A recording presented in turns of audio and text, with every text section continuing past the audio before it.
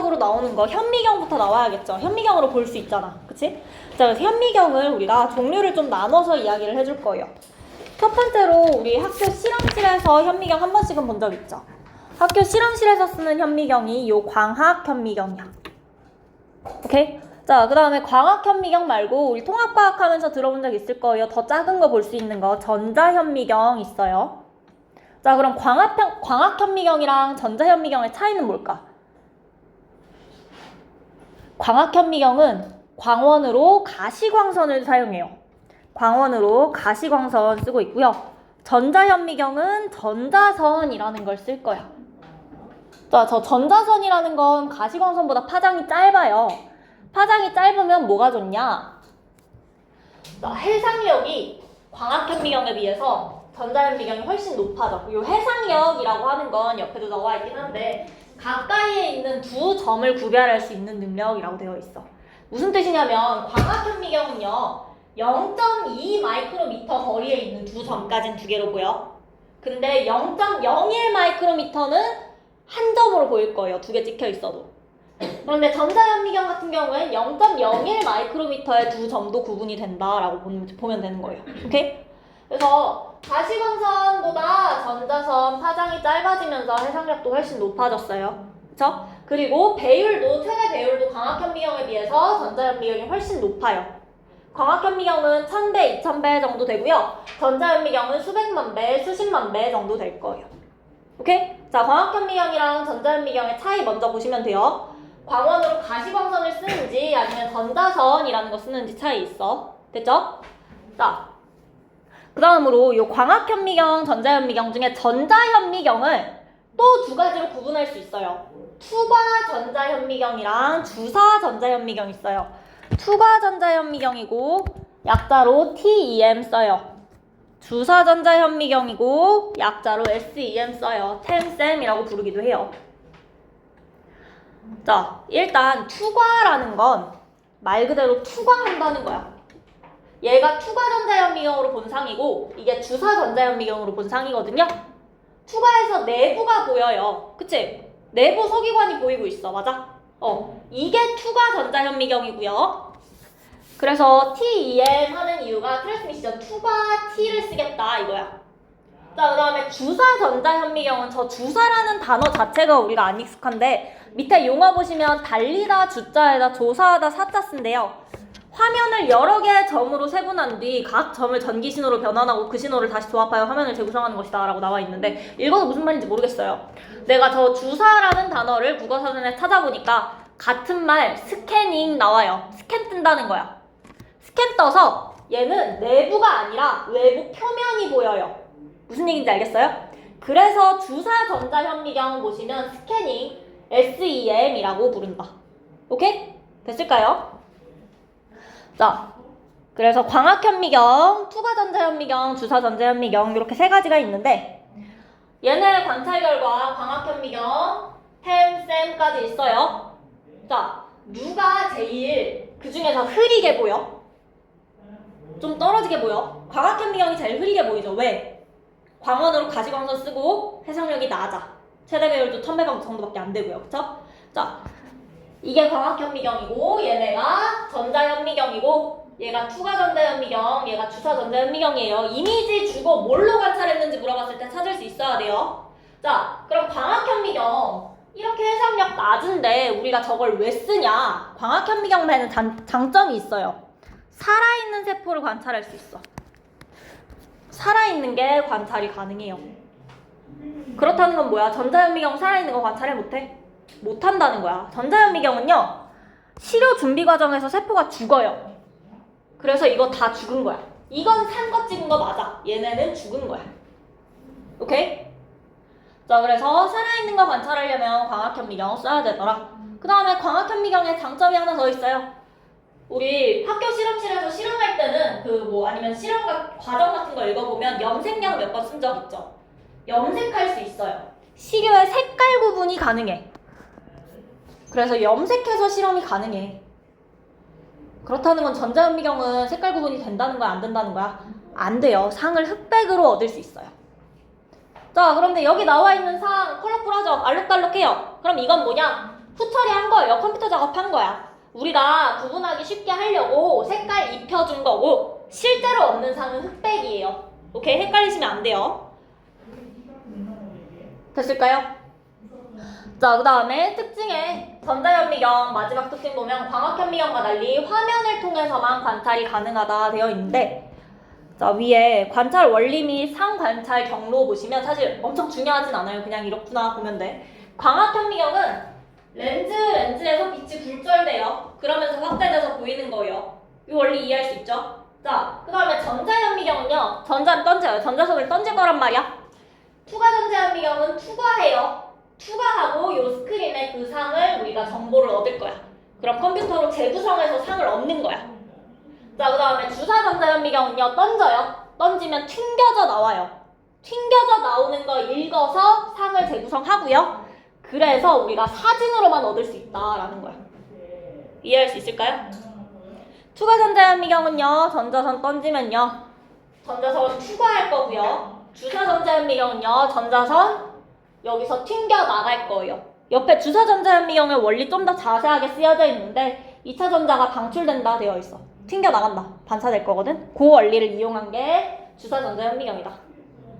자, 현미경 현미경 3가지 정리 가능할까요? 됐어? 광학현미경이랑 전자현미경으로 나눠볼게요. 광학현미경은 광원이 뭐야? 가시광선. 전자현미경은 전자선. 그래서 누가 해상력이 더 높아? 전자선을 쓰는 전자현미경이 더 높아요. 왜? 전자선의 파장이 더 짧아서. 자, 그 다음에 전자현미경 2가지로 나눌 거예요. 뭐랑 뭐? 투과 전자현미경이랑 주사 전자현미경으로 나눌 거예요. 자, 그 다음에 광학현미경이랑 전자현미경의 특징 볼게요. 광학현미경의 장점 뭐 있어? 살아있는 세포 관찰하고 또 색깔 구분이 가능해요. 그렇다는 건 전자현미경은 살아있는 세포야 아니야? 아니에요. 단면 얻는 과정에서 세포가 죽을 거예요. 그 다음에 상이 색깔이 있어요 없어요? 없어요. 흑백의 상을 얻을 거예요. 우리가 나중에 처리를 해주는 거예요. 자, 여기까지 괜찮을까요? 이게 현미경이야. 어렵지 않죠? 현미경 요 정도 봐주시고 넘어가셔도 될 것 같고, 자, 그 다음 페이지 보시면, 옆 페이지 보시면 광학현미경의 종류와 특징 나와 있어요. 일반적인 광학현미경 말고도 위상차 현미경이랑 형광현미경이라는 거 있는데, 이게 위상차 현미경으로 관찰한 거거든? 얘는 원리를 읽어보면 가시광선을 이용해서 물질에 따른 빛의 굴절률 차이를 쓸 거야. 물질에 따른 굴절률 차이가 명암으로 나타나게끔 한 거야. 얘 지금 염색 안 한 거거든요. 염색을 안 해도 내부 구조를 관찰할 수 있어요. 오케이? 이게 위상차 현미경이라는 거예요. 그 다음에 얘는 형광현미경이에요. 형광물질을 처리한 다음에 이 형광물질을 볼 수 있는 걸 이용해서 그 현미경으로 관찰을 하겠다라는 거야. 오케이? 그래서 위상차 현미경이랑 형광현미경 이렇게 광학현미경 일반적인 거 말고도 이런 종류가 더 있고요. 자, 위상차 현미경과 형광현미경의 광원은 어떻게 될까요? 이래서 제목이 중요해요. 광학현미경의 종류와 특징이었어. 광원 뭐겠어? 둘 다. 싹 다 광원은 옳지. 과시광선이에요.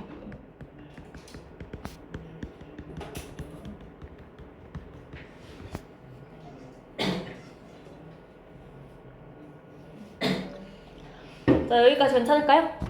현미경 내용 요만큼 할게요. 자, 그 다음에 다음 내용 넘어가 볼게요. 이번엔 자기방사법이라는 방법을 볼 건데, 얘는 방사성 동위원소를 이용할 거예요. 방사성 동위원소로 표지된 화합물을 추적하는 방법을 우리가 자기방사법이라고 하고요. 방사성 동위원소로 표지된 화합물을 공급을 할 거야. 그 다음에 걔가 어디 있는지 추적을 해보겠다. 이게 자기방사법이에요. 그래서 얘는 밑에 이용을 먼저 보는 게 더 빠른데, 혹시 여러분 탄수화물은 뭘로 이루어져 있죠? 원소가?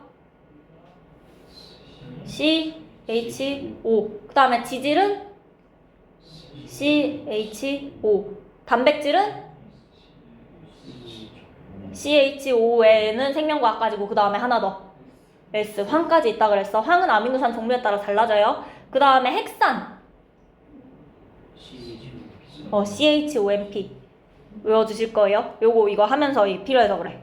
자, 그래서 이용 보시면 방사성 동위원소 중에 황이랑 아미노산을 세포에 공급하고 방사성 동위원소로 표시된 아미노산을 공급한 다음에 이걸 추적한 거야. 그럼 세포 안에서 얘가 리보솜에 있었는지 소포체에 있었는지 골지체에 있었는지 밖으로 분비가 됐는지 알 수 있겠죠. 맞아? 시간에 따라서. 그래서 세포에 공급한 다음에 추적하게 되면 세포에서 단백질이 합성하고 이동하고 분비하는 경로를 알 수 있다. 소포체에서 골지체로 가는 건지 골지체에서 소포체로 가는 건지 알 수 있다라는 거예요. 오케이? 그래서 밑에 자기방사법을 이용한 세포 내 물질의 이동 경로 추적 보시면 방사성 아미노산 공급하고 나서 거친면 소포체 처음엔 많았어. 맞아? 처음에는 거친면 소포체, 소포체라고 일단 이해할게요. 소포체에 많았고요. 그 다음에 소포체에 줄어들더니 골지체에 늘어났네. 골지체에 줄어들면서 분비 소낭에 늘어나고 있어요. 그러면 소포체에 있었던 게 골지체로 갔고 골지체에 있던 게 분비 소낭으로 옮겨갔구나 라는 거 우리가 추론할 수 있겠죠? 그래서 이렇게 단백질이 이동하는 경로 알 수 있더라. 이동하는 경로는 어차피 외워두셔야 돼요. 다음 파트에 나와요. 자, 그 다음에 두 번째를 보면 방사성 동위원소로 표시된 이산화탄소를 식물세포에 공급하고 추적하게 되면 세포에서 광합성으로 포도당이 어떻게 합성되는지 알 수 있다. 우리 저번 주에 쭉 보면서 요 광합성 과정 사이클 있었던 거 있죠? 그러면 그 이산화탄소에서 뭐가 만들어지고 중간 산물들이 어떻게 되고 그게 어디에서 처리되고 있는지 그리고 그 광합성으로 포도당이 어떻게 만들어졌는지까지 우리가 확인이 가능하겠죠? 이런 식으로 쓸 수 있고 그 다음에 세 번째는 박테리오파지의 단백질과 DNA를 자, 이거는 뭘 표지하려고 썼겠어? 황이네? 뭐 표지해야 돼? 단백질 표지하려고 썼겠죠? 이는요? DNA 표지하려고 썼겠죠? 구성원소 우리 방금 이야기했잖아. 맞죠? 자, 저걸로 표지하고 대장균의 감염을 왜 시켰냐? 아직까지 단백질이랑 DNA 중에 누가 유전물질일지 모를 때 이때 박테리오파지의 단백질과 DNA를 표지를 한 거예요. 표지하고 나서 이 대장균에 둘 중에 뭐가 들어갔는지 뭐가 들어가서 복제의 역할을 하고 있는지 봤더니 DNA가 유전물질이더라 라는 거 알았다. 이렇게 이용할 수 있다는 거예요. 1, 2, 3번 이해할 수 있을까요? 딸딸 외울 내용까지는 아닌데요. 여러분 이해하고는 있어야 돼요. 괜찮죠? 요게 자기방사법이고요. 그래서 방사성 동위원소로 표시된 화합물 공급하고 시간 지남에 따라서 방사성 동위원소에서 방출되는 방사선을 추적을 할 거고 세포 안에서 물질의 위치 아니면 이동하는 경로 같은 거 확인할 수 있더라.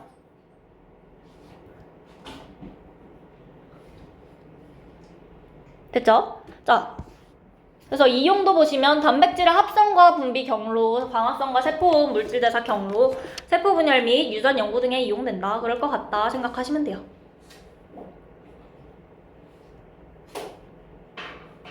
내용 어렵진 않죠?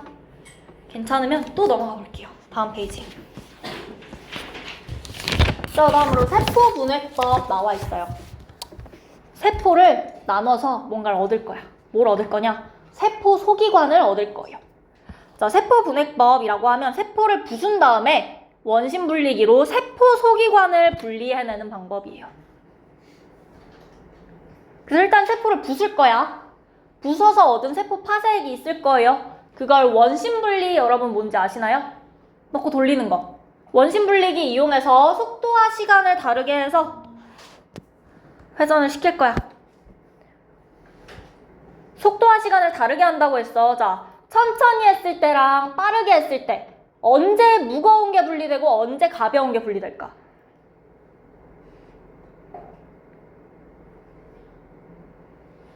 천천히 했을 때 무거운 게 먼저 분리되겠죠. 맞아요? 내가 이렇게 잡고 돌릴 거야. 원심력으로 분리를 할 거야. 그럼 무거운 게 먼저 분리가 되겠지. 속도를 느리게 해도 무거운 건 먼저 분리될 거야. 짧게 해도 무거운 게 먼저 분리되지 않겠니 얘들아? 그쵸?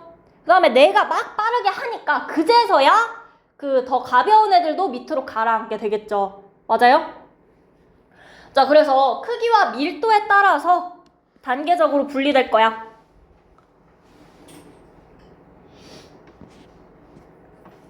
원심 분리기 회전 속도가 느리고 회전 시간 짧으면 크고 무거운 거. 회전 속도 빨리 하고 회전 시간 길어지면 점점 작고 가벼운 거 분리될 거다.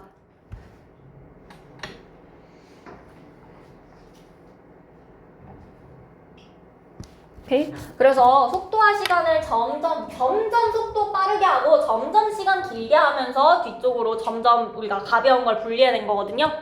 얘가 이쪽이 제일 무거운 거고 이쪽이 제일 작고 가벼운 거다 생각하시면 되고, 자, 동물 세포에서 세포 소기관이 가라앉아 분리된 순서는 핵이 제일 먼저 가라앉아요. 그 다음에 마이토콘드리아, 그 다음에 세포막과 소포체 등 내부 막조각, 그 다음에 라이보솜 순서야. 식물세포긴 한데 세포벽을 제거를 시킨 다음에 할 거야. 그러면 핵이 제일 먼저 가라앉고요. 그 다음에 엽록체가 가라앉아요. 그 다음에 마이토콘드리아, 그 다음에 세포막과 소포체 등 내부 막조각, 그 다음에 라이보솜. 여기 소포체 있어야 되는데 그냥 공간 맞춘다고 빠진 거야. 오케이? 이렇게 분리가 되겠다. 자, 동물이랑 식물이랑 많이 달라요? 뭔가 많이 안 다른 것 같아. 식물에 뭐 하나만 추가되어 있어? 식물에만 있는 엽록체 추가된 게 다죠. 자, 그래서 옆에 암기해 나와 있을 건데 이 세포 분해 순서 정말로 외워주셔야 돼요. 외워야 되는데 동물은 핵마소라, 식물은 핵연마소라 나와 있는데 식물세포에서 동물한테 없는 엽록체 빼면 동물세포랑 똑같아지죠? 동물세포 하나, 동물세포래 미안. 식물세포 하나 5글자만 외우시면 동물세포도 찾을 수 있을 거예요. 순서는 기억해줘야 된다. 저 순서가 왜 중요하다? 제일 먼저 분리된 핵이 제일 크고 무거운 거다. 제일 나중에 분리된 라이보솜이 제일 가볍고 작은 거다. 이렇게 생각하시면 되고요. 자, 밑에 세포 분해 과정 한번 보면 일단 부숴야 돼. 균질기로 세포 부술 건데요. 지금 여기 보니까 얼음에 넣고 부수고 있지. 왜 그럴까? 얼음에 넣으면 온도가 어떻게 돼? 온도가 올라가? 온도가 낮아져야지. 온도가 낮아질 거야. 얼음에 넣으면 온도가 낮아져. 왜 온도를 낮췄냐? 이렇게 두들기다 보면 마찰력이 날까요? 안 날까요? 나겠죠. 그 마찰열에 의해서 단백질이 변성될 수 있어요. 마찰열에 의한 단백질의 변성을 막을 거야. 이게 첫 번째 이유고요. 자, 그 다음 두 번째 이유는요. 세포를 파괴하면 가수분해 효소라는 게 나오거든. 분해하는 효소예요. 쉽게 말하면 분해하는 효소인데 효소가 나오면 이 가수분해 효소가 세포 소기관들을 다 부술 수 있어. 다 분해할 수 있거든. 그럼 되겠니 안 되겠니? 나 세포 소기관 지금 얻어야 되는데 안 되죠. 그 작용 억제하려고 얼음에 넣었다는 거야. 왜 얼음에 넣으면 가수분해 효소의 작용이 억제될까? 효소의 활성에 큰 영향을 미치는 거 두 가지가 뭐죠? 온도와 pH. 온도가 높으면 효소가 아예 변성되어서 작용을 못하고요. 온도가 낮으면 활성도가 떨어져서 거의 역할을 못할 거예요. 그래서 온도를 낮춰서 가수분해 효소의 작용을 억제시킨다라는 거야. 이해할 수 있을까요? 그래서 얼음에다가 넣고 균질기로 부순다. 자, 이게 어쨌든 첫 번째 단계. 그 다음에 원심 분리 돌려요. 1000G로 10분 돌린대요. 얘가 속도인데 원심 분리기의 속도는 옆에 나와 있는데 중력가 속도의 배율로 나타낼 거예요. 중력가 속도의 1000배로 돌리겠다 이거. 1000배로 10분 동안 돌리면 제일 먼저 나오는 게 핵이라고 했어. 핵 제일 먼저 나오고요. 그 다음에 요 상층핵 따다가 다시 원심 분리 돌릴 거야. 핵은 분리했고 다시 원심 분리 돌려볼게요. 이번엔 2만G에다가 20분 돌릴 거예요. 그러면 마이토콘드리아가 침전돼요. 자, 그 다음에 또 위에 있는 상층핵 따다가 8만G 60분으로 돌렸어. 그러면 세포막과 내부 막조각 침전되어 있는데 소포체가 막으로 이루어져 있었죠? 소포체 여기에 해당한다 생각하시면 되고,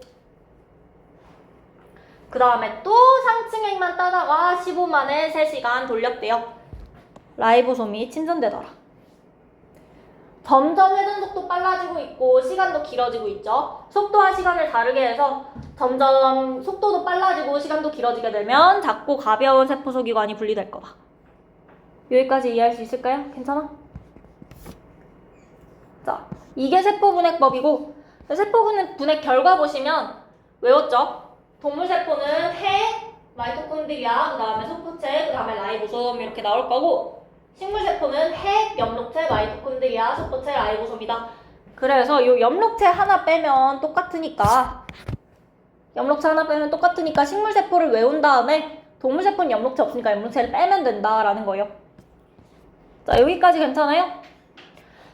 그 밑에 다양한 세포와 세포 소기관의 크기 있거든? 저 세포의 모양과 크기, 생물의 종류에 따라 당연히 다를 거고요. 한 생물 내에서도 몸의 부위에 따라 다양한데 라이보솜 같은 경우에는 되게 작아요. 얘는 광학현미경으로 아예 관찰이 안 돼. 매우 작은 세포 소기관이고 마이토콘드리아나 핵은 광학현미경으로 볼 수 있어요. 그 다음에 집신벌레 하나의 단세포 생물인데 작죠? 뭐보다 작아? 개구리알이나 달걀 같은 세포보다 작아요. 얘네도 세포죠, 알은? 그 다음에 사람의 신경세포 같은 경우에 여러분 체성신경 어떻게 생겼었는지 기억나요? 몇 개의 신경으로 이루어져 있다? 한 개의 신경으로 이루어져 있다. 이게 길겠니 짧겠니? 길겠죠. 엄청 길어요. 그래서 상당히 길다. 사람 안에서도 우리 눈에 안 보이는 이런 표피세포 같은 거 되게 작을 거예요. 안 보일 거예요. 상피세포 같은 거 안 보이는 세포도 있지만 신경세포처럼 기다란 세포도 있다. 이렇게만 이해해 주시면 되고 사실 엄청 중요하진 않아요. 여기까지 됐을까요? 됐어? 자, 그럼 다음 페이지 넘어가 볼게요. 세포의 크기 측정. 자, 현미경을 이용해서 크기를 잴 건데 자를 대고 재기가 어려워요. 현미경 쓸 땐. 그래서 우리가 저반 마이크로미터와 대물 마이크로미터라는 걸 사용을 할 건데 계산하는 방법, 나머지 내용은 집에서 읽어보시면 어렵지 않을 거고 계산하는 방법만 할 거예요. 자, 저반 마이크로미터랑 대물 마이크로미터 중에 대물 마이크로미터는 이렇게 현미경 있으면 밑에다가 놓는 거야. 그래서 얘는 진짜 정확한 간격이 있어요. 지금 이 문제에서 한 칸당 10마이크로미터다라고 주어져 있거든요. 그 다음에 저반 마이크로미터는요, 내가 보는 데다 쓰는 거야. 얘는 정확한 길이가 있는 게 아니라 정확하게 그냥 10등분씩 해놓은 거예요. 오케이? 그러면 무슨 말인지 알겠어? 그래서 대물 마이크로미터 같은 경우는 여기 지금 한 칸의 길이가 10이다 라고 나와 있고요. 이거 이용해서 문제를 풀 건데 어떻게 하냐? 대물 마이크로미터 3칸이랑 저반 마이크로미터 5칸이랑 지금 정확하게 겹치고 있어요. 맞아? 3칸이랑 5칸이. 자, 대물 마이크로미터 3칸이라는 건 총 몇 마이크로미터야? 한 칸에 10이니까 30마이크로미터일 거야. 그러면 30마이크로미터는 저반에 몇 칸이니? 5칸이네. 자, 그럼 저반에 한 칸은 몇 마이크로미터야? 6마이크로미터야. 자, 대물 마이크로미터는 현미경의 저 아래에다 재물대에다 갖다 놓고 보는 거고 저반 마이크로미터는 바뀔 수 있는 거라 그랬어. 왜 하냐? 대물 마이크로미터 치우고요. 세포를 갖다 놨어. 그럼 난 저반 마이크로미터는 안 바뀌었어. 얘 한 칸의 길이가 6인 것까지 구해놨죠. 그 다음에 세포 크기를 저반 마이크로미터 이용해서 구하겠다라는 거야. 세포 크기 재봤더니 저반 마이크로미터에 22칸이래요. 한 칸당 6이니까 6마이크로미터 곱하기 22칸 해주시면 총 132마이크로미터겠다. 계산할 수 있겠죠. 방법 알겠어요? 자, 그러면 그 밑에 1번이랑 2번 문제 한번 풀어볼게요.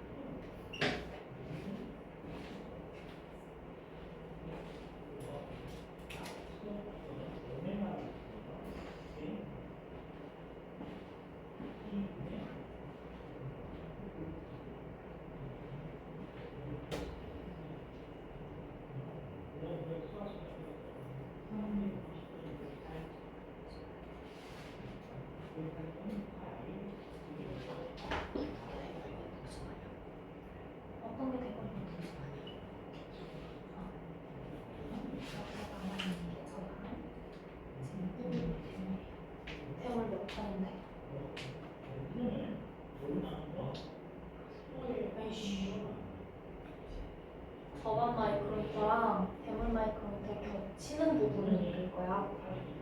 대물 몇 칸이랑 저반 몇 칸이 겹쳐?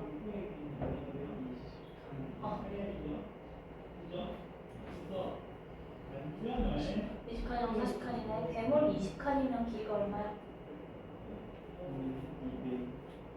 그럼 이게 아니라 40칸이 200 마이크로미터가 해야지.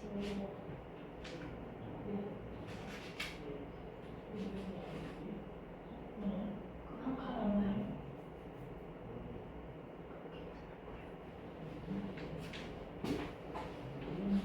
얘들아 2번도 풀어. 2번 왜? 2번 모르겠나요?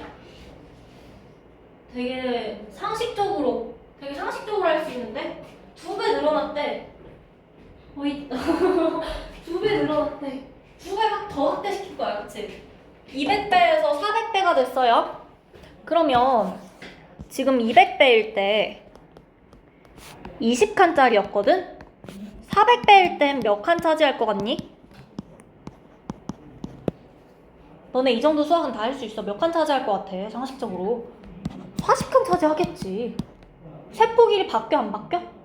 안 바뀌어. 안 바뀌잖아. 그럼 한 칸의 길이가 어떻게 된 거야? 절반이 된 거지. 무슨 말인지 알겠어?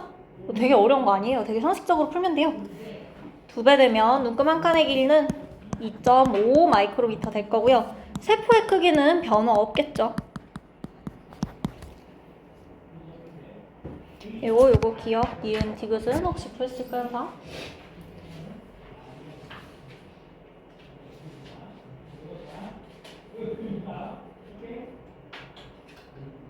자, 오케이. 여기까지 다 하셨으면 다음 페이지 넘어갈게요. 개념 확인 문제. 광학현미경은 광원으로 뭘 쓴다? 가시광선. 전자현미경은 전자선을 이용한다. 3번에 들어갈 건 뭐야? 투가. 4번은 주사라고 할 거예요. 자, 그 다음에 5번. 방사성 동위원소 쓰는 거. 이름 기억나세요? 자기방사법. 그 다음에 6번에 들어갈 거. 세포소기관 분리할 거야. 이름 기억날까요? 세포분획법이라고 해요. 이제 이름 외워주시면 돼요. 자, 그 다음 1번 광학현미경에 해당하는 거 기억, 니은, 디귿 중에 누구야? 디귿. 투과전자현미경에 해당하는 건 기억. 주사전자현미경에 해당하는 건 니은. 자, 그 다음에 전자현미경은 광학현미경보다 해상력이 높다. 좋아요. 위성차현미경과 형광현미경은 광원으로 뭐 쓰죠? 가시광선 써야 돼요. 투과전자현미경은 세포 내부의 미세군주를 연구하는 데 적합하다. 체크를 안 하고 왔네. 내부 구조 연구하는 데 적합하겠죠. 투과할 거니까. 그 다음에 주사전자현미경은 세포의 표면을 입체적으로 관찰할 수 있다라고 되어 있구나. 깜짝이야. 있다. 맞죠? 그리고 잠깐만 앞으로 넘어가 줄래요? 현미경. 여기를 체크를 안 해놨어. 그래서 투과전자현미경은 세포 내부를 연구하는 데 적합하고 주사전자현미경은 세포 표면이나 외부를 연구하는 데 주로 사용된다. 요것만 체크하시면 돼요. 어려운 건 아닌데 그냥 이렇게 우리가 표현을 하는구나. 요 단어만 기억하시면 되고. 되셨으면 또다시 넘어갈게요. 방금 문제 풀던 거. 3번 문제. 세포에서 단백질이 합성되어서 이동하는 경로를 연구할 거래. 뭐 써야 돼? 자기방사법.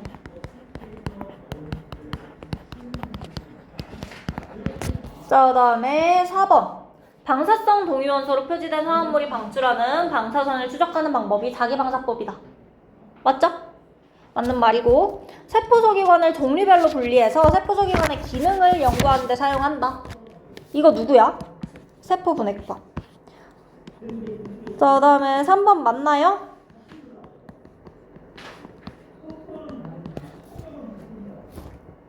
맞는 얘기인가요? 맞죠? 방사성 동위원소로 표시된 이산화탄소를 식물세포에 공급하게 되면 광합성으로 포도당이 합성되는 과정을 알 수 있다. 자, 그 다음에 세포 분해법에 대한 설명이고, 세포 파쇄액을 원심 분리기에 넣고 뭐랑 시간을 다르게 한다? 속도와 시간을 다르게 해서 회전시키면 세포소기관이 뭐와 밀도에 따라서 분리된다? 크기와 밀도에 따라서 단계적으로 침전되어서 분리될 거예요.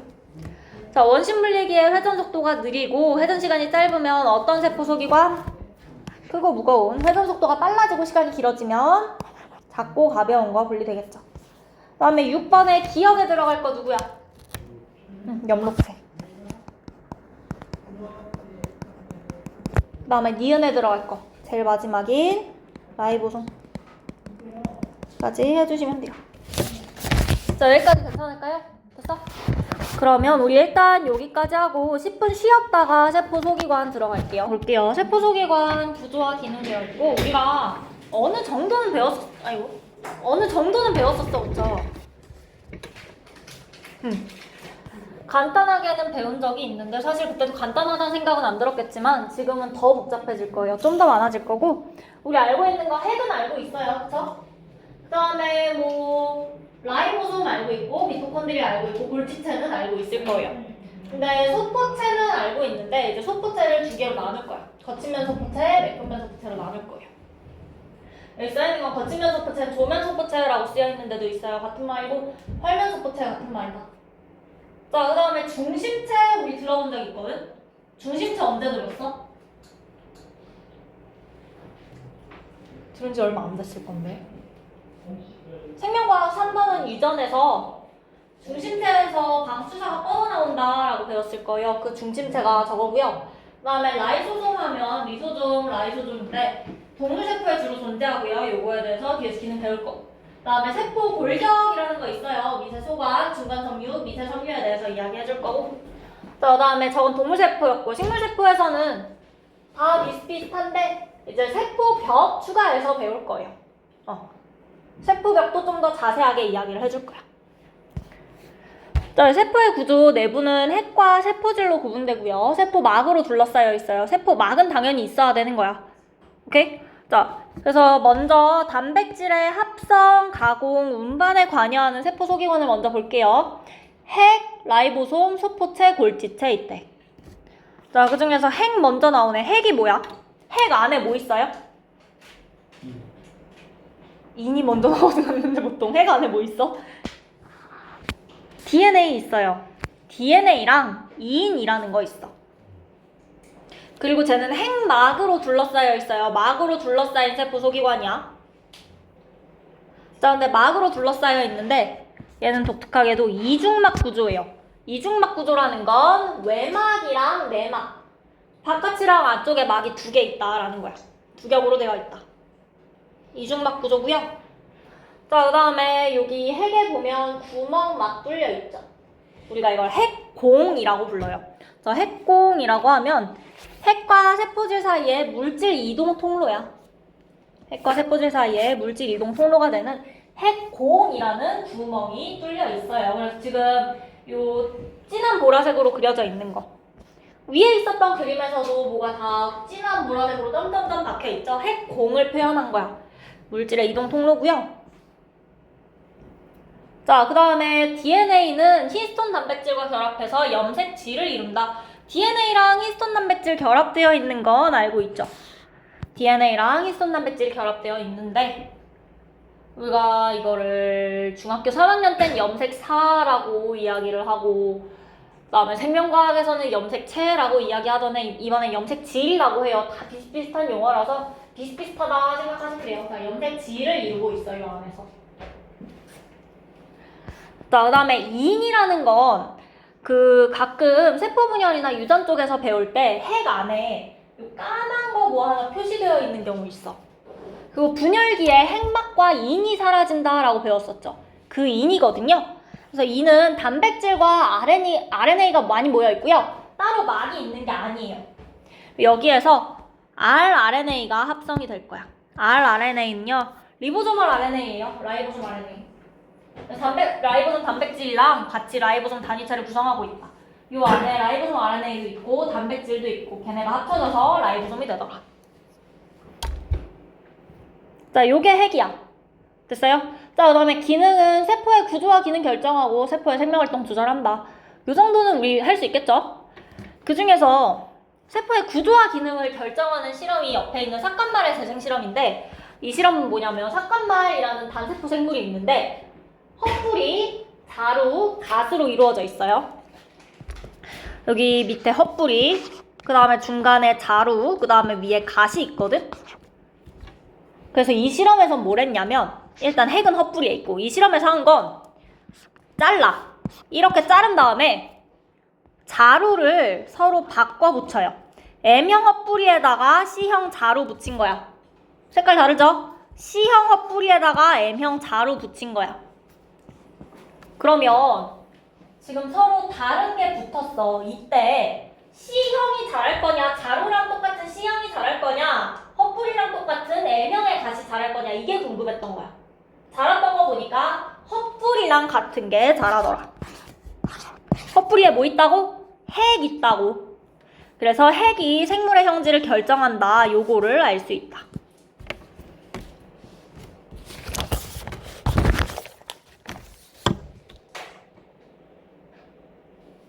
자, 오케이. 여기까지 됐을까요?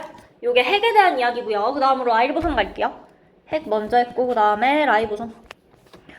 자, 라이보솜 거친면 소포체에 붙어있거나 세포질에 흩어져 있다 되어 있는데 우리 소포체를 배웠는데 그 소포체에 라이보솜이 붙어있을 수 있어요. 붙어있을 때 거친면 소포체라고 하는 건데 밑에서 다시 보기로 하고 어쨌든 거친면 소포체에 붙어있는 애들도 있고 아니면 그림에서 보듯이 얘네 말고 떠다니는 이 노란 점들 다 라이보솜 표현하는 거야. 붙어있는 거 말고 떠다니는 애들도 있죠. 자유롭게 떠다닐 수도 있어요. 보여요? 오케이? 자, 이게 라이보솜이고 구조는 리보소멀 RNA랑 단백질로 구성된 작은 알갱이 모양으로 막이 없어. 얘는 막이 없고요. rRNA랑 단백질로 구성되어 있어요. 그리고 구조 옆에 그림 보시면 얘는 하나의 단위체로 되어 있는 게 아니라 대단위체, 소단위체라는 게 있고요. 얘네 둘이 합쳐져서 라이보솜 만들고 있어요. 오케이? 두 개의 단위체가 붙어서 하나의 라이보솜을 만드는 거야. 괜찮죠? 낚이지 않겠죠? 자, 그 다음 DNA 유전 정보에 따라서 단백질을 합성하는 게 리보솜의 기능인 건 여러분 알고 계실 거고 그래서 어디에 맞냐 봤더니 이자세포와 같이 단백질이 활성하게 합성되는 세포에서 많이 발견될 거다. 이자세포 같은 데서 많이 발견된다.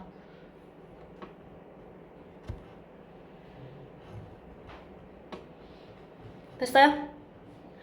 자, 이게 리보솜에 대한 이야기고 그 다음에 소포체로 넘어가 볼게. 자, 소포체 하시면 납작한 주머니와 관이 복잡하게 연결되어 있는 모양이고요.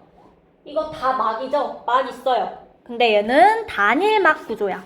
단일막이라는 게 무슨 뜻이겠어? 한 겹이라는 거죠? 단일막 구조예요. 자, 근데 독특한 점은 이 소포체는요, 일부는 핵이랑 연결되어 있어요. 여기 지금 연결된 부분 표현한 거야. 연결되어 있는 부분들 있고요. 자기들끼리는 다 붙어 있어. 핵막이랑 핵이랑 연결되어 있는 부분 있고, 그 다음에 소포체끼리는 내부가 서로 연결되어 있다. 중요한 특징이에요, 둘 다. 됐죠? 자, 그래서 우리가 소포체로 배웠었는데 좀 더 자세하게 나눌 거야. 거친면 소포체랑 매끈면 소포체요. 차이는 뭐냐? 리보솜 붙어있으면 거친면 소포체고요. 안 붙어있으면 매끈면 소포체예요. 표면에 붙어있는 라이보솜 유무에 따라서 거친면 소포체와 매끈면 소포체로 구분될 거야. 얘가 있는 거, 얘가 없는 거. 자, 그럼 거친면 소포체랑 매끈면 소포체로 굳이 나눠놨으면 생긴 거 말고 역할도 달라야겠죠. 거친면 소포체는 뭐 하냐면 리보솜이 붙어있잖아. 리보솜이 뭐 하는데? 단백질 만들 거잖아. 그치? 단백질 합성하잖아. 그 합성한 단백질이랑 큰 관련이 있는 게 거친면 소포체예요. 얘는 리보솜에서 합성한 단백질을 가공하고 운반할 거야. 단백질 가공하는 곳이야. 그러니까.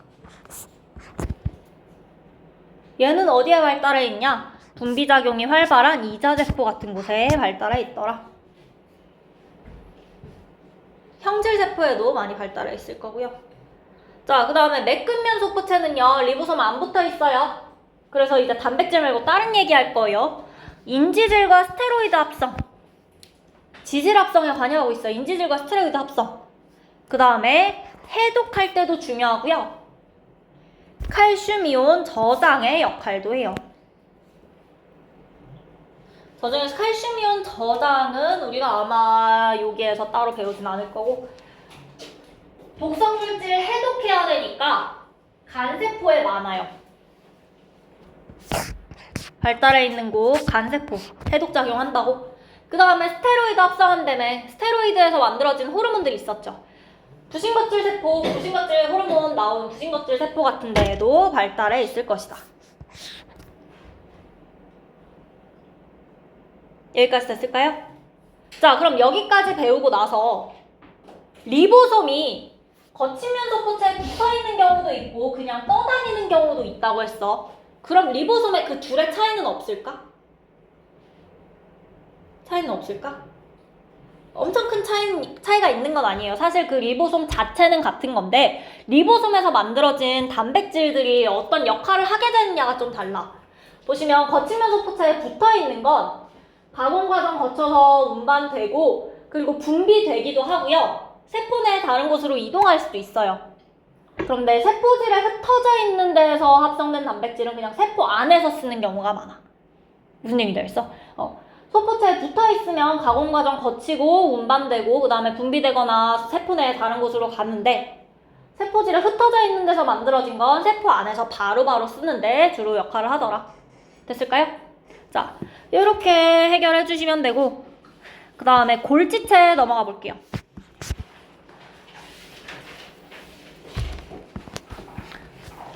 자, 골지체는 구조 읽어보니까 납작한 시스터나가 쌓여있는 모양이다. 시스터나가 쌓여있는 모양으로 단일막 구조이다 되어 있어. 자, 골지체 이렇게 생긴 거 본 적 있죠? 이 그림. 여기에서 얘네가 시스터나라는 거야. 시스터나고요. 얘네가 쌓여있어요. 그리고 단일막 구조고요. 자, 소포체에서 중요했던 거 핵막이랑 연결되어 있다 그랬어. 소포체는. 골지체 핵막이랑 연결되어 있을까요? 위치가 핵막이랑 연결되어 있을 위치는 아니죠? 자, 그 다음에 소포체에서 또 중요하다고 했던 거 내부가 연결된다 그랬어. 골지체는 저기 쓰여있는 거 읽어보니까 서로 연결되어 있는 것 같아? 시스터나가 쌓여있다. 연결되어 있지 않아요, 골지체는. 그래서 소포체와 골지체의 차이 주의해 적혀 있긴 해요. 소포체는 막의 일부가 핵막과 연결되어 있고 내부 서로 연결되어 있는데 골지체는 내부 연결 안 되어 있고 핵막이랑도 연결되어 있지 않다. 핵막이랑 연결 안 된 건 그림 생각하면 대충 당연히 연결 안 됐을 것 같거든? 근데 서로 연결됐는지 아닌지는 확인해 주셔야 돼요. 괜찮을까요? 자, 이게 골지체고요. 골지체의 역할은 뭐냐? 우리 방금 전에 단백질의 이동 경로 기억나요? 거친 면소포체, 그 다음이 골지체, 그 다음이 분비소낭이었어. 자기방사법에서 봤던 거. 거친 면소포체에서요. 일단 라이보솜에서 단백질 만들어. 그리고 거친 면소포체로 들어가서 거기에서 첫 번째 제일 간단한 가공 과정을 거칠 거예요. 그 다음에 이 거친 면소포체에서 운반소낭이 튀어나와요. 골지체에다 줄 거야. 그럼 골지체에서요. 시스터나에서 다시 가공하고 다음 시스터나 보내서 또 다시 가공하고 이런 과정을 거쳐요.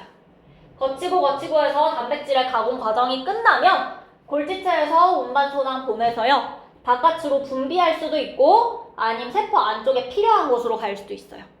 이게 골지체의 역할인 거야. 그러니까 단백질의 그 가공 과정에도 관여하고요. 그 다음에 운반 과정에도 관여해요. 그 다음에 단백질 말고 지질도 여기서 가공할 수 있어. 그래서 보시면 소포체로부터 운반된 단백질이랑 지질을 가공하고 세포의 다른 곳으로 수송하거나 세포 밖으로 분비하거나 운반한다라는 거죠.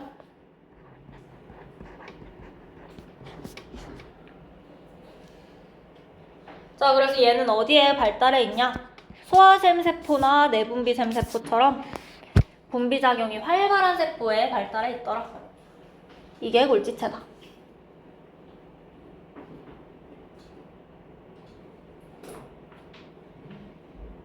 됐을까요? 자, 그 다음에 소포체랑 골지체랑 아무리 차이가 있다고 해도 생긴 게 비슷하죠? 비슷하잖아, 생긴 게? 생긴 게 비슷한 게 맞아요. 비슷한 게 왜 맞냐면 골지체라는 거 자체가 소프체 막으로부터 기원하는 거예요. 소프체 막으로부터 나온다. 오케이? 소프체 막으로부터 골지체가 나오는 거다. 이거 생각해 주시고, 그 다음에 소프체에서 나온 이 운반 순환은요, 소프체 막에서 떨어져 나온 거겠죠? 골지체에서 나온 운반 순환, 골지체 막으로부터 떨어져 나올 거예요. 그 다음에 골지체에서 나온 운반 순환이 세포막에 융합되어서 바깥으로 단백질 분비하는 거야. 맞아? 그러면 지금 이 과정에서 여기 단백질 분비하게 되는 이 과정에서 세포막의 면적이 정말 조금이라도 늘어났을까 줄어들었을까?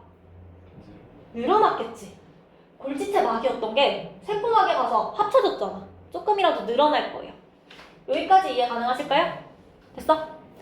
자, 여기까지 봐주시고 밑에 있는 건 집에서 정리해 보시면 될 것 같고, 그 다음에 에너지 전환 넘어갈게요. 에너지 전환, 미토콘드리아랑 엽록체 볼 건데, 자, 미토콘드리아, 엽록체 둘 다 이중막 구조예요. 이중막 구조고요. 미토콘드리아는 내막은 크리스탈을 형성한대. 그 다음에 엽록체는 내막 안쪽이 그라나랑 스트로마로 구분된대요.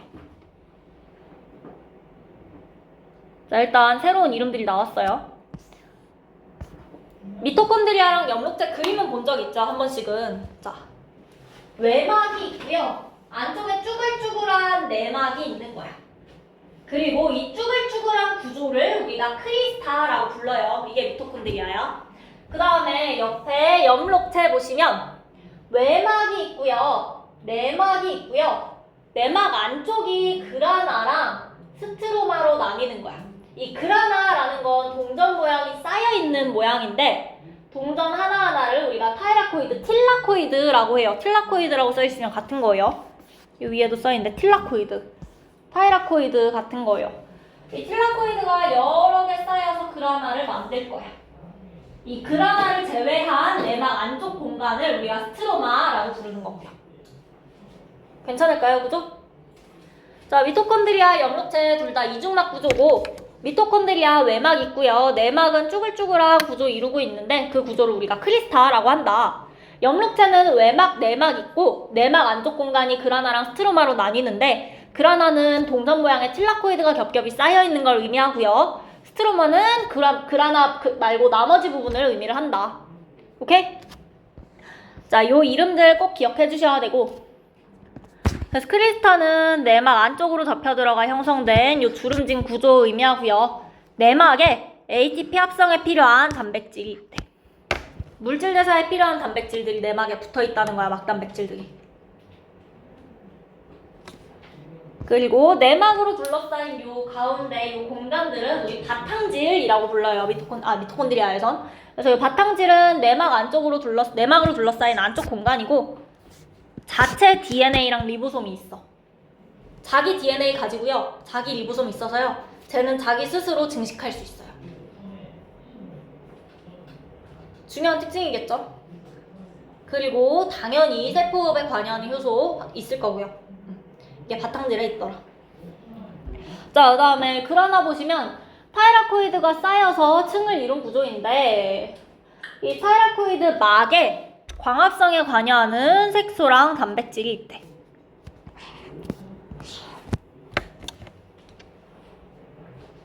얘도 막단백질이 박혀 있다는 거예요. 광합성에 관여하는 색소 있고요. 막단백질들 박혀 있고요.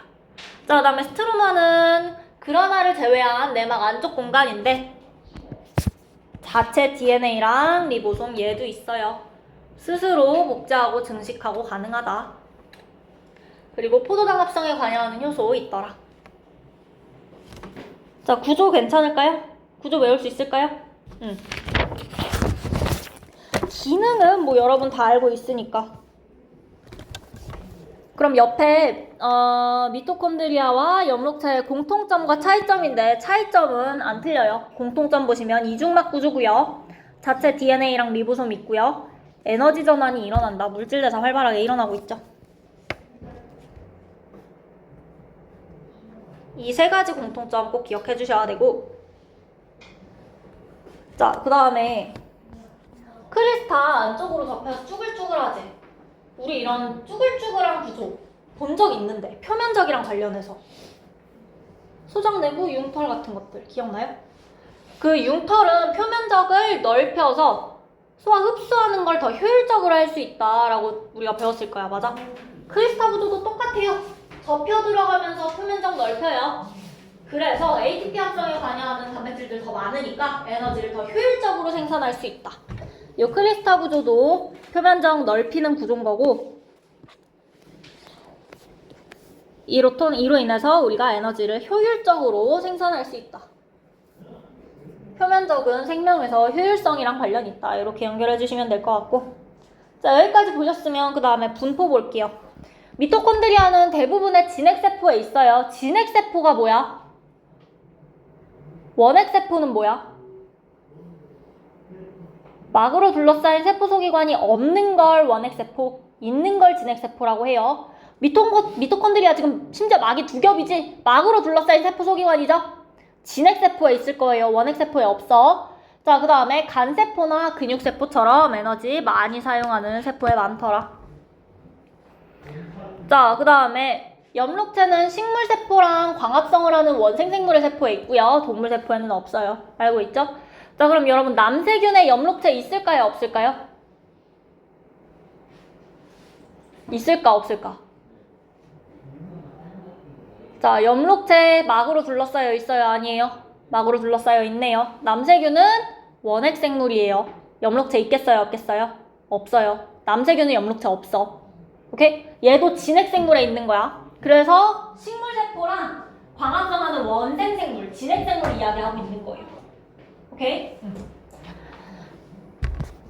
자, 여기까지 미토콘드리아랑 엽록체 괜찮을까요? 괜찮으면 또 넘어가 볼게요. 물질 분해 및 저장. 자, 그 중에서 우리 물질 분해하는 라이소솜, 리소솜 먼저 볼 거예요. 자, 리소솜 주로 동물세포에서 발견되고요. 얘는 골지체의 일부가 떨어져 나와서 만들어진 작은 주머니 모양의 세포 소기관이에요.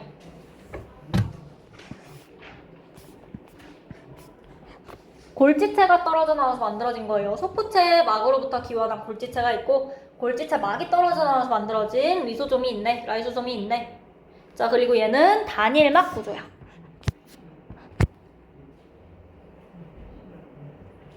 자, 얘는 물질 분해에 관여할 건데 뭐가 들어있냐면 우리 앞에서 세포분해법 할 때 이야기했었던 가수분해 요소가 들어있어요. 다양한 가수분해 요소가 들어있어서 이물질이나 아니면 손상된 기관 같은 거랑 같이 합쳐지면서 걔네 다 분해시켜버릴 거야. 그래서 우리가 이 작용을 세포 내 소화라고 부를 거예요. 오케이? 분해시키는 거예요. 세포 내 소화고요. 자, 여기 그림으로 한번 보시면 첫 번째로는 여기네. 자, 거치면 소포체에 붙어있는 리보솜에서 가수분해 요소가 합성될 거예요. 왜? 효소는 주성분이 단백질이니까 합성됐겠죠? 합성된 다음에 소포체에 걸쳐서 골지체로 이동을 했어요. 그쵸? 그 다음에 골지체 막으로부터 가수분해 효소 들어있는 거 떨어져 나오면 얘네를 우리가 라이소솜이라고 부를 거예요. 됐죠? 그 다음에 얘가 어떻게 분해하냐면 이물질이 들어오면 지금 세포가 이거를 식세포 작용으로 잡아 먹었죠? 세포 대접지로 잡아 먹고요. 그래서 식포라는 걸 만들었는데 이 세포 막이랑 골지체 막이랑 둘 다 뭘로 이루어져 있겠어? 생체막 뭘로 이루어져 있어요? 인지질이중층으로 이루어져 있죠. 성분이 같이 둘이 합쳐질 수 있겠죠? 둘이 만나서 합쳐지면 얘 가수분해 요소가 이 이물질들을 분해할 수 있을 거야. 맞아? 그 다음에 망가진 거 담겨서 올 수도 있어요. 담겨 오면 라이소솜이랑 같이 합쳐지면서 분해될 거예요. 오케이? 자, 이 가수분해 요소에 가수가 물을 넣어준다는 거야. 우리 물 빠지는 반응 하나 배웠었지? 탈수축합 반응. 펩타이드 결합. 그치? 그거는 물 빠지면서 걔네 이어붙여주는 거였는데 얘는 물 넣어주면서 떨어뜨린다고, 쉽게 말하면.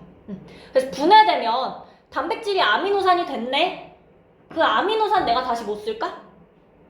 쓸 수 있지. 소화시켰다가 애초에 내가 저 단백질 소화시킨 거 그거 가져다가 다시 합성을 시킨 걸 텐데, 그치?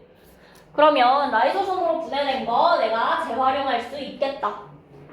자, 여기까지 정리될까요? 괜찮아요? 이게 라이소솜에 대한 이야기고, 우리가 그 가수분해 요소의 활성을 억제하기 위해서 얼음 넣었다라고 했죠. 그게 저가수분해 요소 이야기를 하는 거고, 자, 그 다음에 그러면 이 안에 가수분해 요소 들어있는데 터지기만 하면 위험한 건데 세포가 다 죽을 거 아니야, 그렇지 않아? 실제로는요, 이 가수분해 요소는요 pH에 영향을 많이 받아요. 산성 환경에서 효과적으로 작용을 하기 때문에 이 세포질 안쪽은 중성이거든. 라이소솜 안쪽은 산성을 띠고 있고요. 라이소솜이랑 합쳐져야지 그때 가수분해 요소의 활성이 나타나고 중성 환경인 세포질에선 큰 영향을 미치지 못한다라고 해요. 여기까지 괜찮아요? 됐어? 그래서 라이소솜에 들어있는 가수분해 요소는 산성 환경에서 효과적으로 작용을 하더라. 요거까지 정리해 주시면 될 것 같고,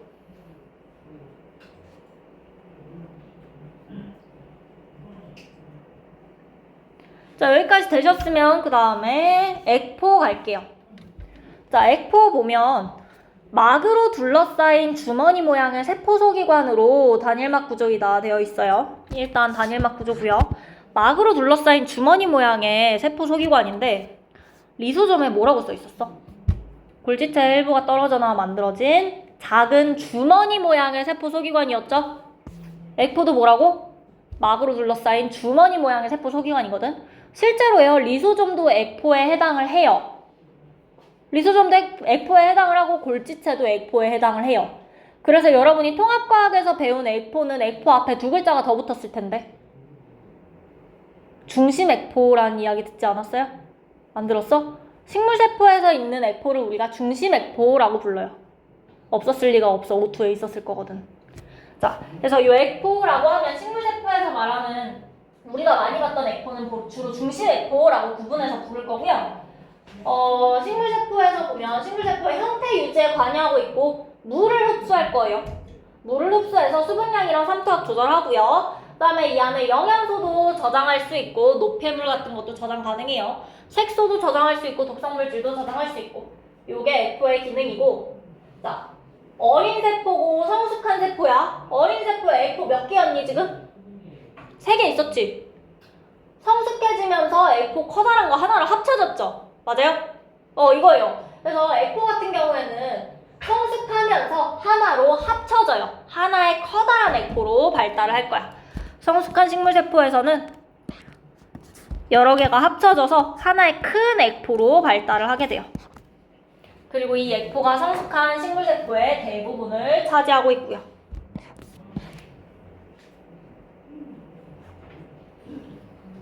자, 여기까지 괜찮아요? 됐어? 자, 그래서 저장하는 액포까지 봤고, 자, 그 다음으로 세포 형태 유지 및 운동에 대해서 이야기를 할 건데, 세포 형태 유지에서 첫 번째로 세포벽 먼저 볼 거야. 세포벽 어디에 있어요? 어떤 세포? 동물세포, 식물세포? 식물세포에 있고요. 균류에도 있고요. 그 다음에 우리 세균이나 이런 원핵생물들에도 있는데, 지금 볼 건 식물세포의 세포벽 볼 거예요. 세포막 바깥쪽에 형성된 두껍고 단단한 구조물을 세포벽이라고 하는데, 우리 지금까지 세포벽을 자세히 들여다본 적이 없었는데 자세히 봤더니 두 겹으로 나뉘어요. 세포벽이 1차 세포벽이랑 2차 세포벽으로 나눌 거야. 1차 세포벽이 먼저 만들어지고요, 2차 세포벽이 나중에 만들어져요. 가장 바깥에 있는 게 1차 세포벽이고요, 요 가운데 세포막이랑 1차 사이에 있는 게 2차 세포벽이야. 안쪽에 만들어지는 거야. 오케이? 자, 그리고 1차 세포벽은요, 어릴 때 만들어져서요, 비교적 얇고요, 주성분이 셀룰로스야. 그런데 2차 세포벽은요, 성숙하면서 안쪽에 두껍게 만들어진 거고, 특정 물질들, 리그닌, 수베닌, 큐틴 같은 걸로 구성되어 있어요.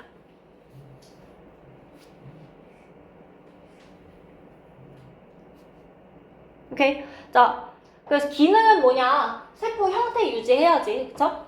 그 다음에 식물 같은 경우에는 우리가 꾹꾹 누른다고 해서, 동물은 꾹꾹 누르면 눌리잖아. 식물은 눌려? 안 눌리죠? 세포를 보호하는 역할도 하고 있는 거예요. 세포 보호하고 세포의 형태를 유지하는 역할. 자, 얘 특징이 중요해요. 물과 용지를 모두 통과시키는 구조래. 우리가 전투과성 막이다 라고 부를 거야. 이게 왜 중요할까? 비교할 대상이 있으니까 중요하겠지. 모두 통과시키지 않는 친구를 우리가 배운 적이 있어요. 선택적 투과성이 있는 게 누구였어? 세포막. 세포막은 선택적 투과성이 있죠. 세포막과 달리 세포벽은 물질 출입 선택적으로 조절 못하고 전부 다 통과하더라. 전투과성막이다.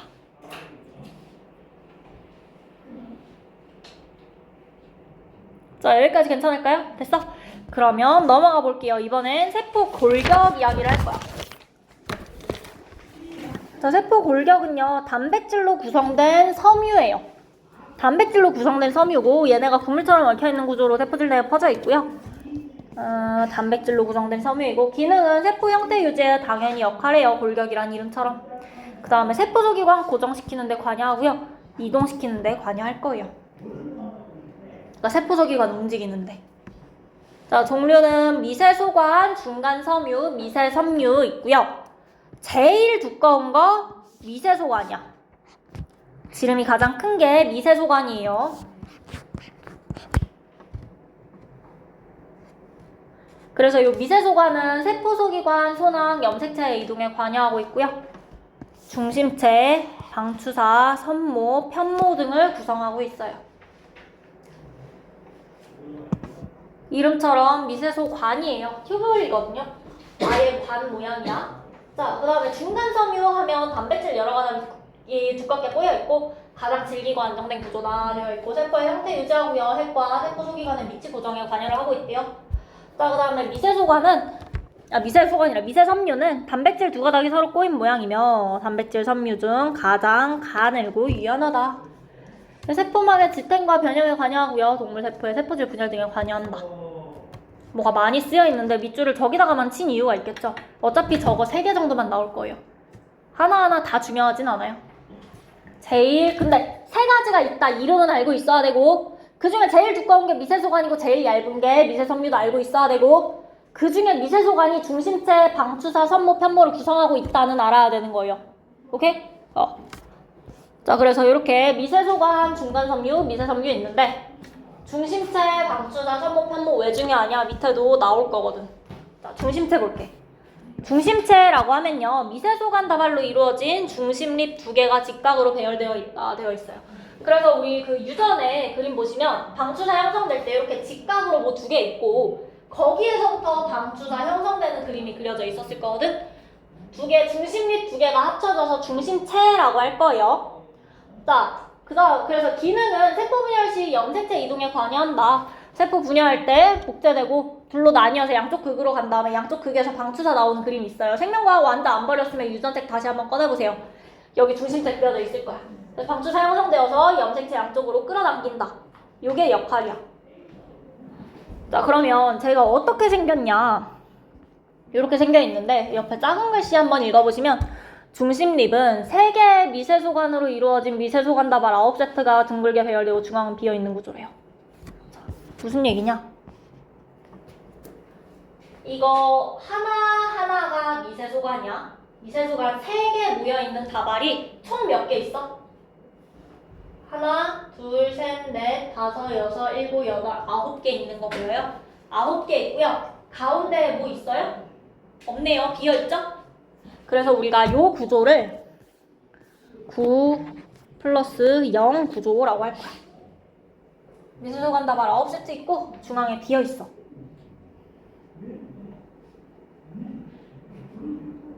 됐을까요? 요게 중심체의 구조예요.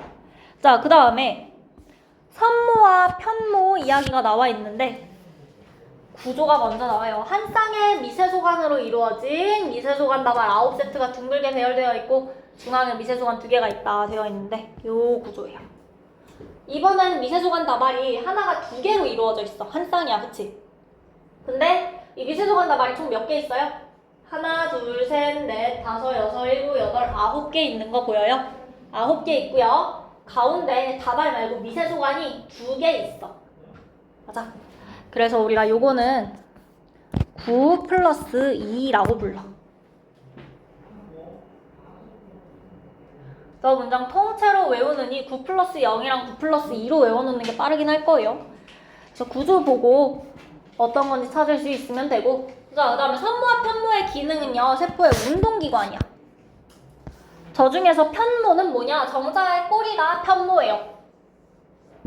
정자 움직이는 영상 한 번쯤은 다 보신 적 있죠? 요 꼬리가 물결 치듯이 움직이면서 정자가 움직일 수 있도록 하죠. 그래서 편모 보시면 길이가 길어요.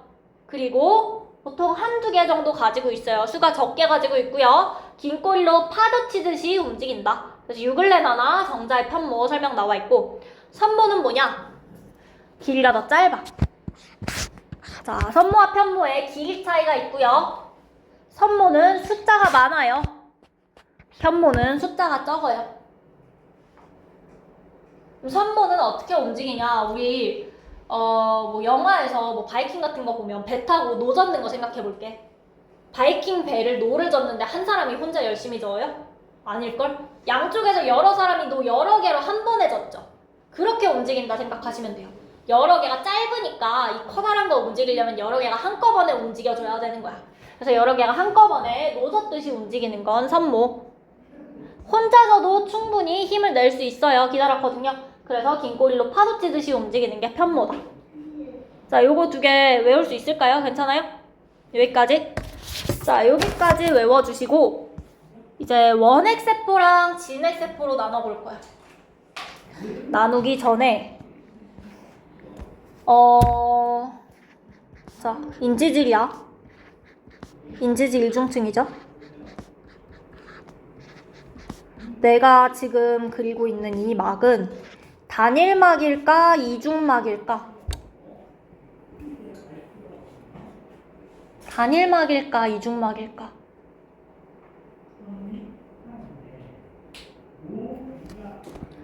자, 일단 얘는요, 인지질 이중층이죠. 생체 막을 구성하려면요, 인지질이 무조건 이중층으로 배열이 되어야 해요. 그게 무슨 뜻이냐? 한 겹만 만들어져도 이건 꼭 있어야 된다고. 이게 단일막이야. 인지질 이중층이 단일막인 거야. 하나만 있으면. 그럼 이중막은 어떻게 생겼냐? 이게 2개 있다라는 거예요.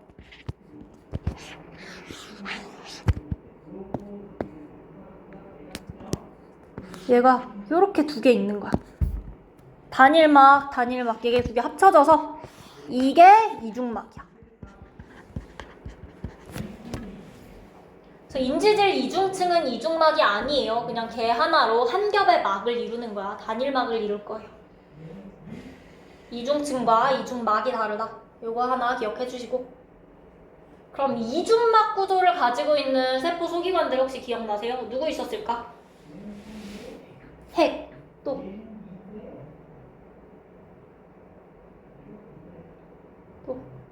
중간쯤 배운 걸로 넘어가봐. 또 뭐 있어?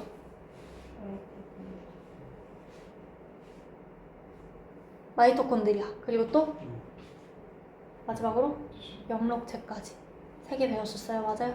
자, 이중막 구조인 거 기억해 주셔야 돼요. 왜냐? 이중막 구조인 게 많지가 않거든. 이중막 구조인 거 꼭 기억해 주시고, 이중막 구조도 당연히 막으로 둘러싸인 세포 소기관으로 칠 거고요. 자, 그 다음에 원핵세포랑 진핵세포 나눠볼게요. 원핵세포는 핵막과 막으로 둘러싸인 세포 소기관이 없는 세포야. 진핵세포는 핵막과 막으로 둘러싸인 세포 소기관이 있는 세포야. 요거는 그래도 우리가 계속 이야기를 했어. 자, 그 다음에 크기는 원핵세포랑 진핵세포 중에 누가 더 클까? 진핵세포가 훨씬 커요. 원핵세포는 1에서 10마이크로, 그 다음에 진핵세포는 10에서 100마이크로까지. 안에 뭐가 많이 들어가 있어야 되니까. 자, 그 다음에 핵과 유전물질. 원핵세포는 핵막이 없다고. 핵막이 없으니까 유전물질이 세포질에 퍼져 있어요. 세포질에 퍼져 있고, 가지고 있는 이 DNA는 하나의 원형 DNA를 가지고 있고요. 플라스미드라는 거 가지고 있기도 해요. 원형 DNA라는 게 뭐냐? 내가 제 DNA를 지금 이 그림에 이게 얘 DNA거든? 이걸 내가 쫙 펼쳐. 쫙 펼치면 끝과 끝이 없고 다 연결되어 있는 거야. 고리형으로. 그게 원형 DNA고요. 그 다음에 여기 작게 그려진 요런 플라스미드라는 DNA 갖고 있기도 해요. 오케이? 자, 그래서 요게 원핵세포의 핵이고, 핵이래. 유전 물질이고, 그 다음에 진핵세포 보시면 막으로 둘러싸인 요 핵 속에 유전 물질 들어있고요. 우리가 가지는 DNA는 선형 DNA야. 근데 하나 가지나요? 아니죠. 여러 개 가지죠. 다수의 선형 DNA 가지고 있고요. 이 DNA는 히스톤 단백질이랑 뭉쳐서 뉴클레오솜 이루고 있어요.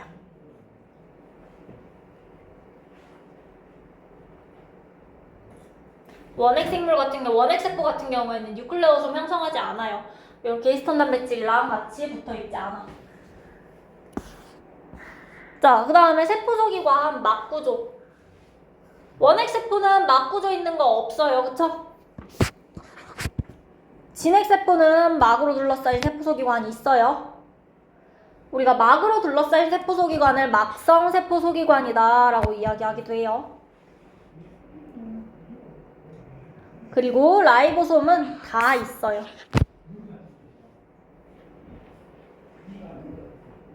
다 있을 거다. 과정은 조금 다르지만 다 있다. 그래서 원핵생물 같은 경우에는 DNA 유전 정보 전사되고 mRNA 있으면 바로 번역되는데, 진핵생물은 우리 통합과학에서 배웠던 거. 전사 일어나고요. 전사는 어디서 일어나? DNA에서 mRNA 되는 전사는 핵 안에서 일어나죠. 그 다음에 mRNA 가지고 단백질 만드는 번역은 어디서 일어나? 세포질에서 일어나죠. 요거 두 개가 다른 데서 일어난다라는 거.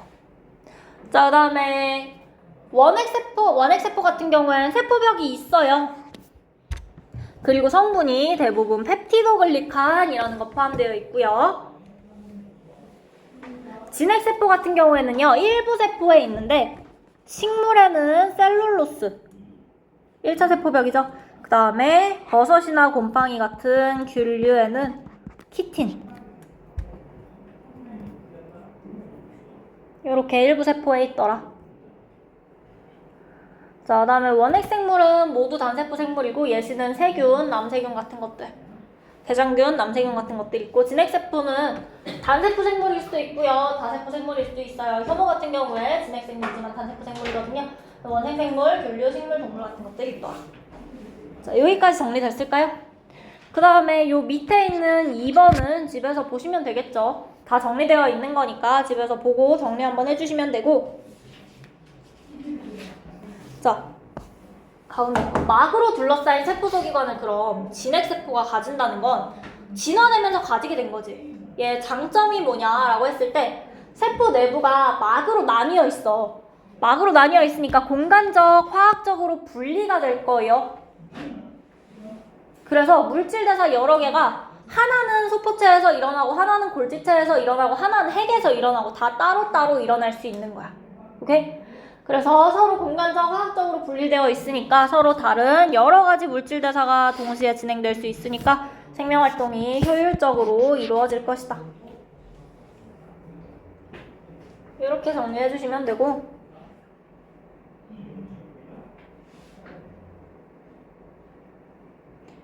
위쪽에 있는 플라스미드는 집에서 복습하시면서 한번 읽어보시면 되고요. 그 밑에 원핵세포의 리보솜과 진핵세포의 리보솜 차이가 있는데, 둘 다 리보솜을 가지긴 하는데 원핵세포의 리보솜이 좀 더 작아요. 크기 작고요. 단백질이랑 RNA 종류도 원핵세포, 진핵세포 둘이 달라. 그래서 크기 다르고 구성하는 단백질이랑 RNA 종류도 다르더라. 둘이 좀 다르다. 요 정도까지 보시면 될 것 같고, 자, 그 다음에 마지막으로 원핵세포에서 세포막 있고요, 세포벽 있고요. 그 다음에 바깥쪽에 피막이라는 막을 가지는 경우도 있어요. 그래서 피막 같은 경우에는 세포벽에서 바깥을 둘러싸고 있는, 제일 바깥을 둘러싸고 있는 층이고, 젤리 같은 반고체 상태라서 원핵세포를 보호하는 역할을 한다라고 되어 있어요. 그래서 여기 지금 제일 바깥에 노란색으로 표현된 피막이라는 막을 가지는 경우도 있고 안 가지는 경우도 있다. 여기까지 정리하시면 될 것 같고, 자, 그러면 다음 페이지에 한 장 넘어가시면 개념 확인 문제 있어요. 1번에 들어갈 거 뭐야? 1번. 핵이죠? 2번에 들어갈 거. 라이보솜. 그 다음에 3번에 들어갈 거. 엽록체. 4번은 마이토콘드리아. 그 다음에 5번은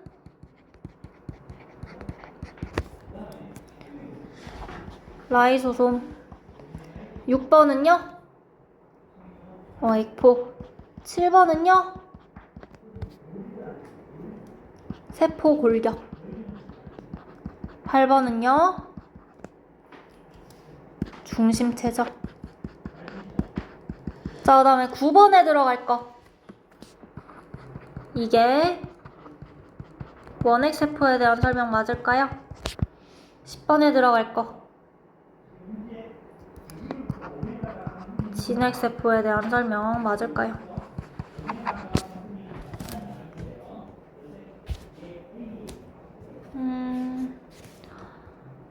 여기까지 하고 밑에 문제는 집에서 각자 풀어보셔도 될 것 같고, 숙제는 여러분이 일단 44쪽까지 해주실 거고요. 그 다음에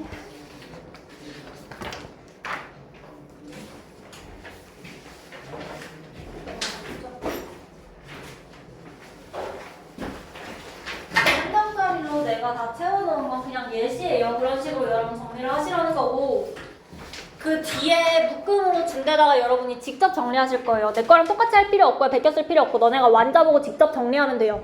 오케이? 그래서 직접 모든 페이지 정리하시면 되고, 우리 수업한 페이지까지 정리해 주시면 돼요. 다음 주까지. 채우면 돼요. 채우면 돼요. 채워오면 돼요. 그리고 그 채운 거 가지고 피드백 해드릴 거고, 채운 거 스캔해서 다시 보내드릴 거예요. 그럼 여러분이 폰에서도 이거 보고 암기할 수 있도록 할 거거든요. 그래서 여러분 직접 정리하는 거다 생각하고, 정답은 없으니까 본인이 편한 방식대로 정리해 주시면 돼요. 나처럼 해도 되고, 뭐 난 그림을 더 많이 그리고 싶으면 그림을 그리셔도 되고, 프린트 있으면 프린트 해가지고 사진 좀 더 붙이셔도 되고, 어떤 방식이든 괜찮아요. 오케이? 자, 그러면 여기까지 하고 오늘 정리를 할게요.